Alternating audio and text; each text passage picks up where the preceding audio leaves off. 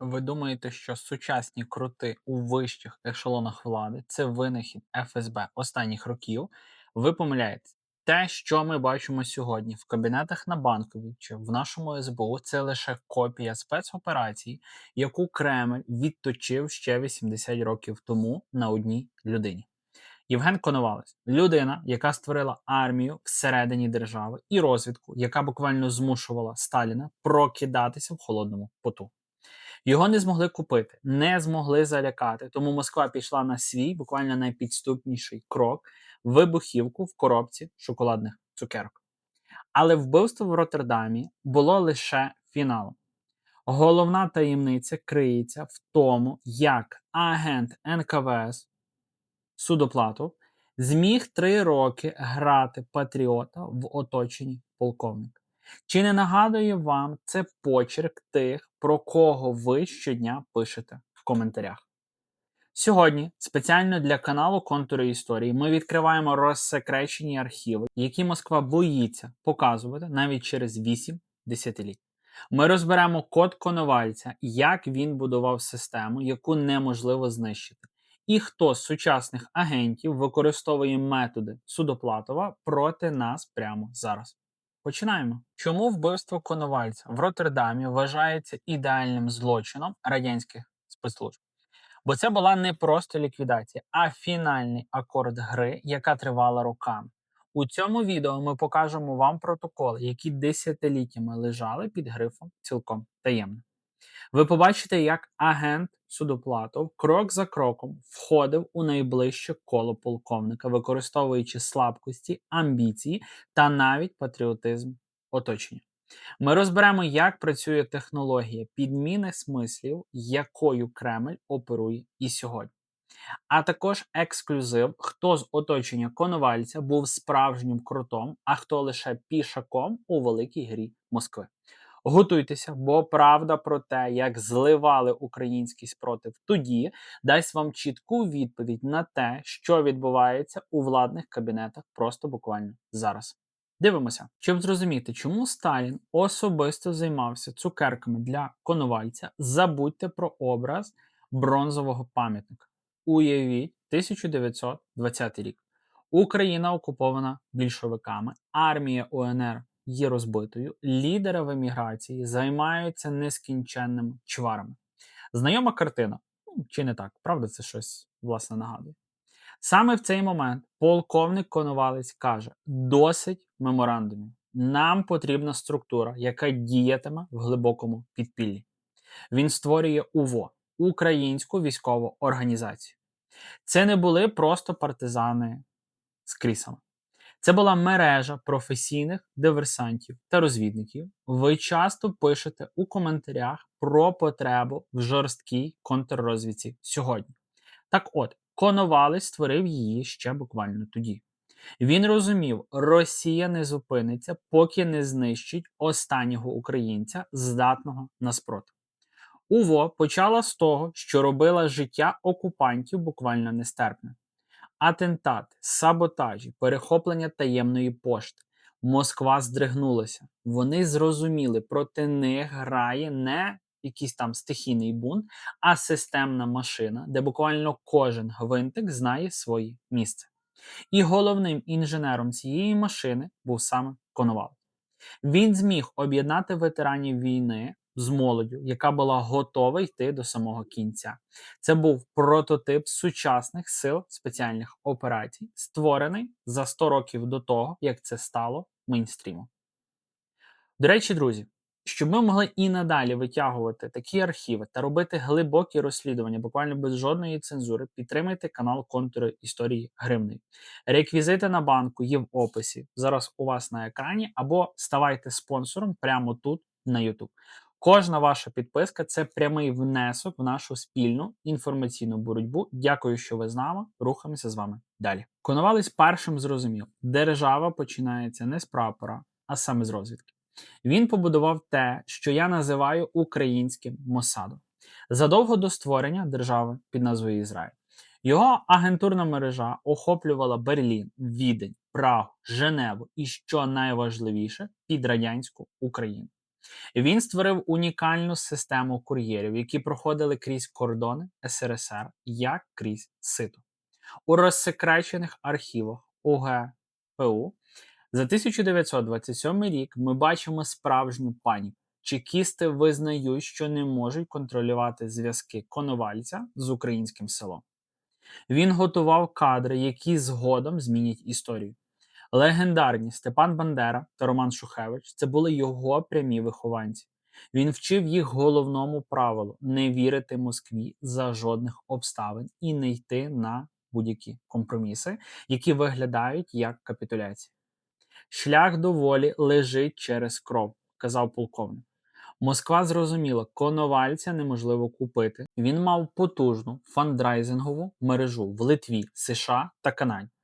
Він був фінансово незалежним від європейських урядів. Це те, що Кремль боїться найбільше. Лідерів, яких не можна тримати за гаманець і взагалі ніяким чином контролювати.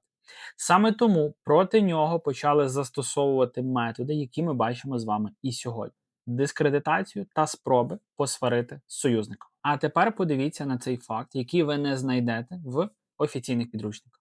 Коновалець передбачив тактику російської гібридної війни ще буквально в 30-х роках.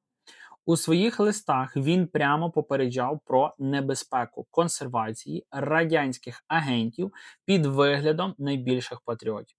Ви часто запитуєте в коментарях про сучасних політиків, чиї вони є насправді. Коновалець давав чітку відповідь. Дивіться не на гасла, а на те, чи зміцнює ця людина структуру спротиву, чи навпаки розмиває її зсередини.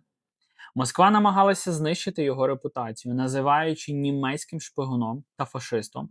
Чи не нагадує вам це сьогоднішній російський ІПСО проти наших військових? Методичка за 80 років не змінилася. Якщо не можеш вбити лідера фізично, вбий його ім'я в очах його народу. До 1937 року Сталін остаточно зрозумів, організація Коновальця стала екзистенційною загрозою для СРСР. Вона почала проникати навіть у лави Червоної армії. Потрібна була радикальна операція з ліквідації, і тут на сцену виходить той самий Кріт, про якого ми детально поговоримо в наступному блоці. Чоловік, який 3 роки жив поруч із полковником, ділив із ним хліб і готував той самий солодкий подарунок. Як НКВС вдалося обійти контррозвідку Коновальця, зараз дізнаєтесь. Отже, знайомтесь, Павло Судоплатов, уродженець Мелітополя, який ідеально володів українською мовою і знав нашу культуру буквально краще за багатьох тогочасних патріотів. Це головний урок для нас сьогодні. Ворог не завжди приходить із чужим акцентом. Часто він виглядає як, так би мовити, свій хлопець, який найбільше за всіх кричить про любов до України. У 1935 році НКВС розробило операцію під назвою «Ставка». Їхньою метою було не просто вбити Коновальця, а очолити ОУН буквально зсередини, підставивши свого потрібного власного агента. Судоплатов отримав легенду під назвою Вільха, представника молодого підпілля з радянської України. Він розповідав полковнику казки про тисячі повстанців, які чекають буквально лише сигналу, щоб піднятися проти більшовиків. Коновалець, який все своє життя мріяв про масове повстання вдома, попався на цю емоційну вудку. Ви часто пишете під відео про план під назвою «Консервація», що нас дурять обіцянками швидких перемог. Подивіться на 30-ті роки. Судоплатов діяв аналогічно так само. Він, так би мовити, годував полковника надією, поступово стаючи його правою рукою. І він навіть їздив з ним по Європі, відвідував могили українських героїв і буквально тільки вдумайтеся, плакав разом із Коновальцем на цих могилах. Це був найвищий пілотаж акторської гри та цинізму. Ви запитаєте, а куди дивилася контррозвідка Коновальця? Це буквально найболючіше питання. У Коновальця була СБ, Служба безпеки, яка пізніше стане легендарною. Але Судоплатов був занадто добре підготовлений для, власне, своєї місії. Він привозив, так би мовити, докази, шифровки, списки імен, які насправді були іменами вбитих або вже заарештованих чекістами людей. Звіти про саботаж. Москва жертвувала дрібними фігурами, щоб згодувати Коновальцю велику брехню. Більше того, Судоплатов майстерно вбивав клин між полковником та його соратниками. Він шепотів Коновальцю, що стара гвардія занадто обережна, що вони вже просто зажерлися в тій Європі і не розуміють болю тих, хто воює в підпіллі.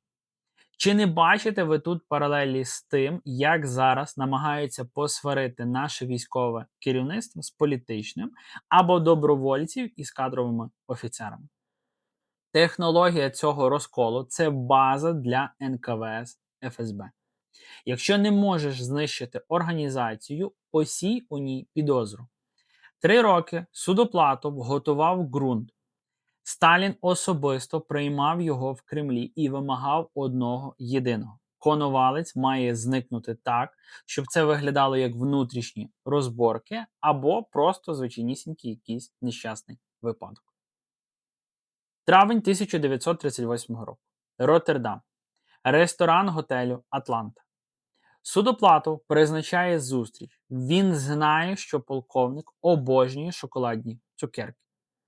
У спецлабораторії НКВС, відомій як камера, спеціально для цієї операції виготовили коробку з вибуховим пристроєм.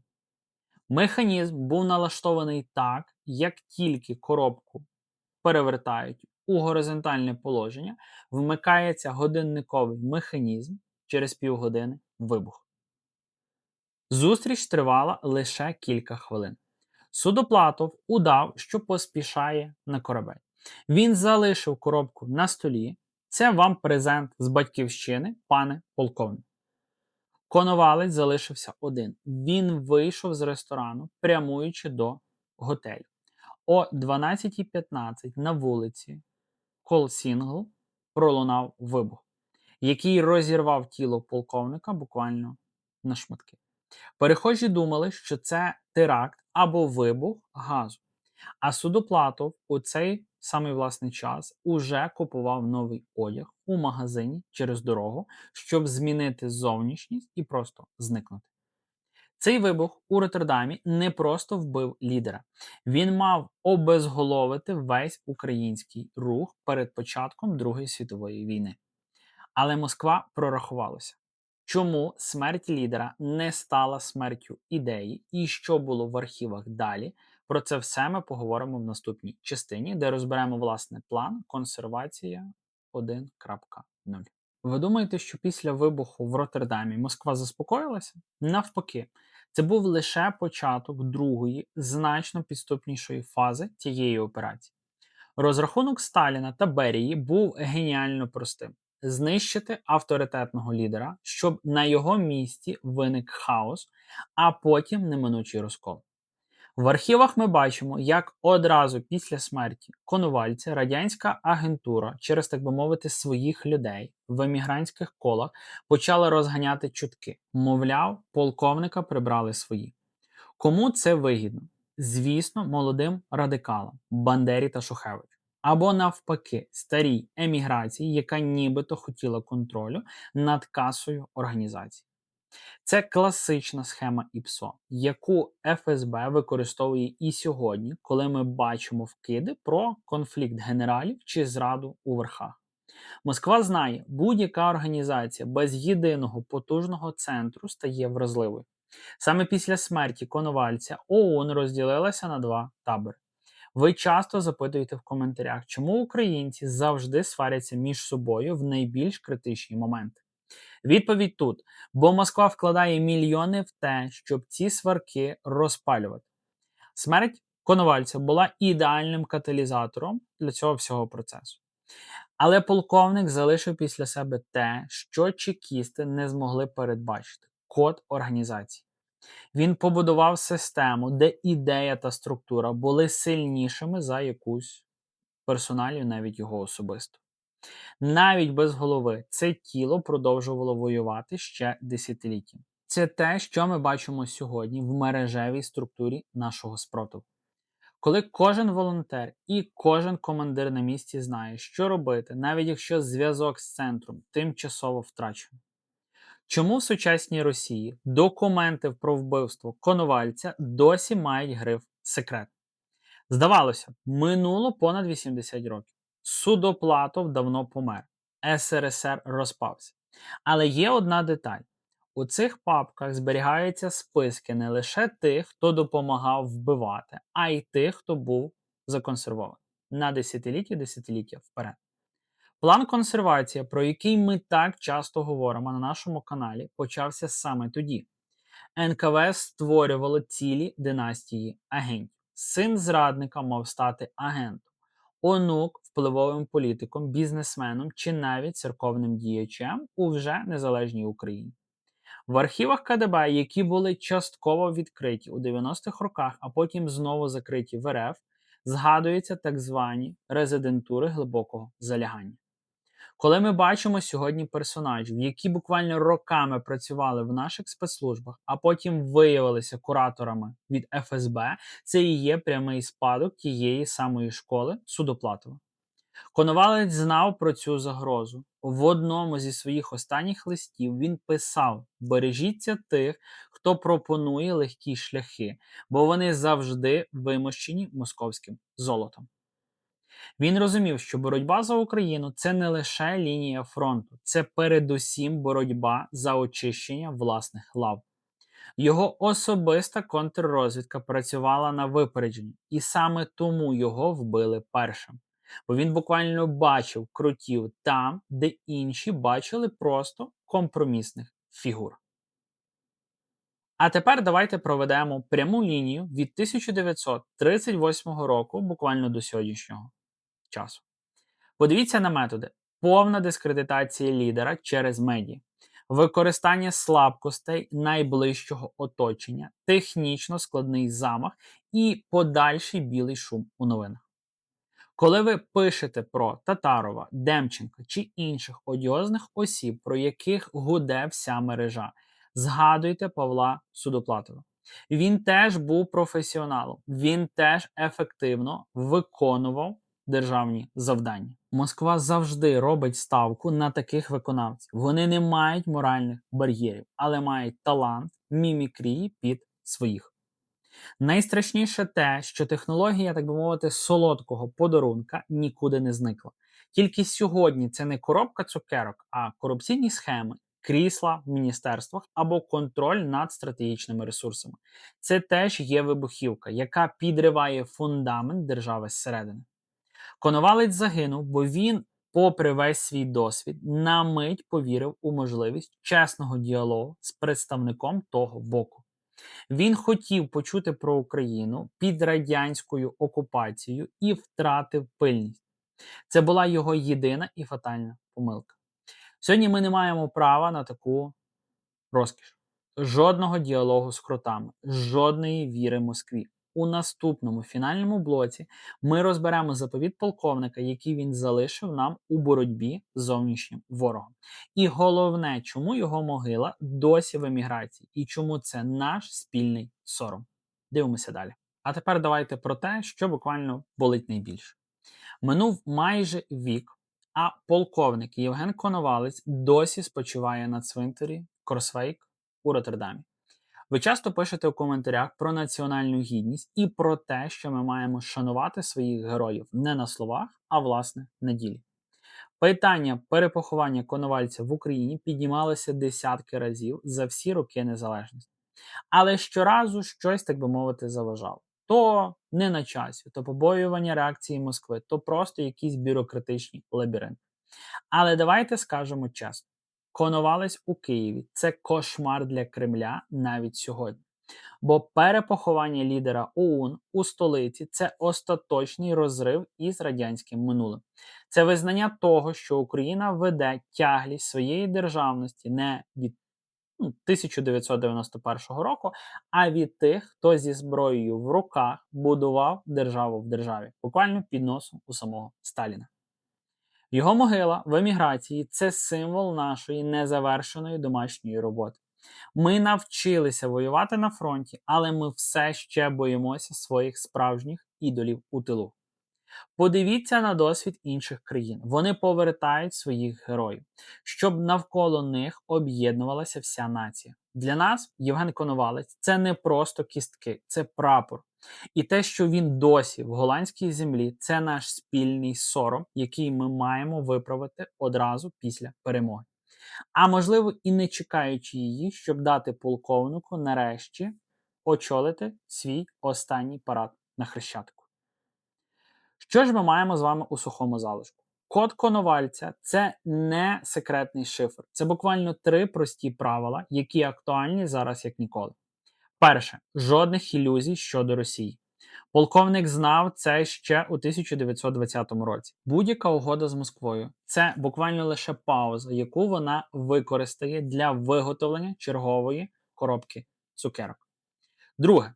Структура вища за особистість. Він створив систему, яка вижила після його смерті. Сьогодні це наш волонтерський рух і горизонтальні зв'язки в ЗСУ. Кожен із нас – це коновалець у своєму секторі. Третє, і найважливіше, боротьба з внутрішнім крутом не менш важлива, ніж битва на передовій. Зверніть увагу на те, як він діяв. Він не просто виявляв зрадників, він робив їхню діяльність неможливою через прозорість процесів всередині організації.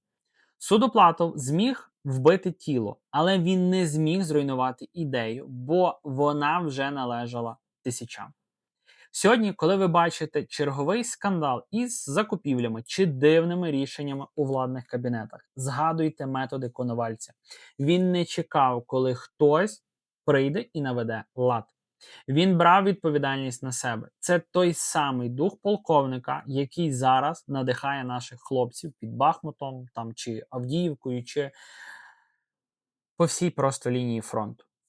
Вони воюють не за прапор на будівлі, а за право України бути суб'єктом, а не об'єктом світової політики. Саме це Коновалець називав державницьким мисленням. І саме цього нам досі так катастрофічно не вистачає в тилових містах, де війна здається чимось таким віддаленим та далеким. Завершуючи це розслідування, я хочу запитати вас, чи готові ми до правди, яку залишив нам Коновалець? Бо ця правда незручна. Вона вимагає від нас бути пильними не раз на 4 роки там, чи 5 на виборах, а буквально щодня. Москва продовжує надсилати свої, так би мовити, подарунки. Сьогодні це не бомби в цукерках, а отруйні медіа-вкиди, корумповані чиновники та агенти впливу в рясах чи костюмах.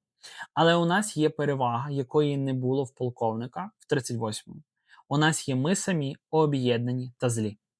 Напишіть у коментарях до даного відео, чи вважаєте ви, що час для перепоховання Коновальця в Україні вже настав? І хто, на вашу думку, сьогодні є тим самим кротом, який заважає нам виграти війну якомога швидше? Ваша активність допомагає цьому відео потрапляти в рекомендації і відкривати очі тим, хто досі живе в ілюзіях. Не забувайте підписуватися на контури історії та тиснути на дзвіночок, щоб YouTube вам міг надсилати сповіщення про всі мої наступні нові відео, які будуть виходити на каналі. І щоб ви не пропустили нове відео в серії цього циклу про план консервації. Ми розберемо кожного, хто думає, що його зрада залишиться в тіні. Дякую за перегляд, дякую за ваші донати, які дозволяють нам працювати та існувати. Пам'ятайте, історія пишеться прямо зараз, і ви її автори. Бережіть себе, слава Україні, героям слава, і побачимося в наступних відео. Підписуйтесь на канал Контури історії, щоб не пропустити нові випуски.